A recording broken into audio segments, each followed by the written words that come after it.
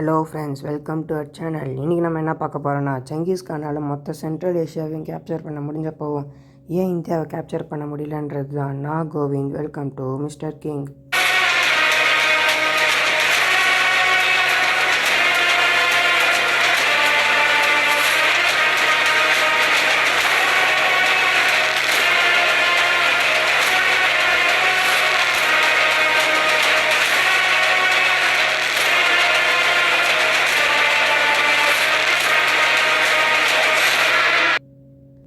எடுத்தோன்னே செங்கிஸ்கான் ஒன்றும் ராஜவம்சத்துலலாம் ஒன்றும் பிறக்கல. அவரும் ஒரு நாடோடி குடும்பத்தில் பிறந்து தான் இவ்வளோ பெரிய எம்பையரை உருவாக்கியிருக்காரு.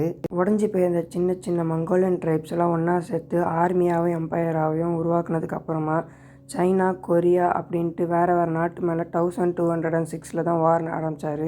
செங்கிஸ்கான் தன்னோட எம்பையர் ஆரம்பித்த 1206 அதே வருஷத்தில் தான் இந்தியாவிலையும் கஸ்னடிக் எம்பையர் கோரியோடது அழிஞ்சி போய் டெல்லி சுல்தானேட்டோட முதல் டைனாஸ்டி மம்லுக்குன்னு சொல்லப்படுற அடிமை வம்சம் முதல்ல ஆரம்பிச்சதாங்க.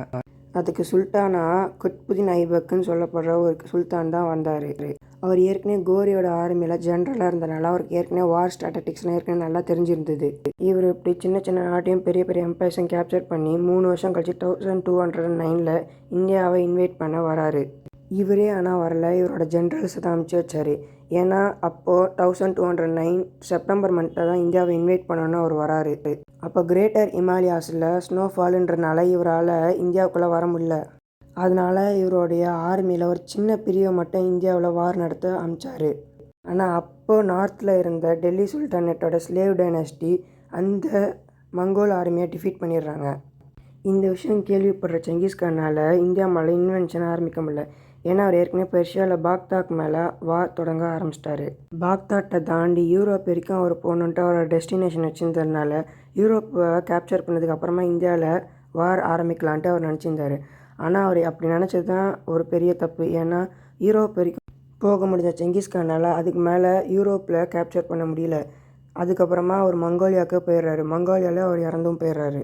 அவருக்கு அப்புறமா வந்த கிரேட் கான்ஸ் யாருமே இந்தியாவை இன்வைட் பண்ணணும்னு நினைக்கல. அதுக்கு மெயினான காரணம் அவங்களுக்குள்ளேயே அவங்க அடிச்சுக்க ஆரம்பித்தாங்க. மங்கோல் எம்பையர் தான் அந்த காலத்துலேயே இருக்கிறதுலே ஒரு பெரிய எம்பையர். அதனால் அவரோட இறப்புக்கு அப்புறமா அவரோட பசங்க மங்கோல் எம்பையரை பாகமாக பிரிச்சுக்கிட்டாங்க.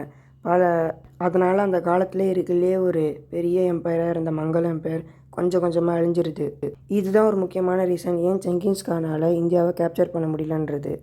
இன்றைக்கி வீடியோ அவ்வளோதான் ஃப்ரெண்ட்ஸ். நம்ம சேனல் உங்களுக்கு பிடிச்சிருந்தா சப்ஸ்கிரைப் பண்ணுங்கள், லைக் பண்ணுங்கள், ஷேர் பண்ணுங்கள். வேறு ஒரு நல்ல வீடியோவில் பார்க்குற வரைக்கும் tata, see you, bye bye.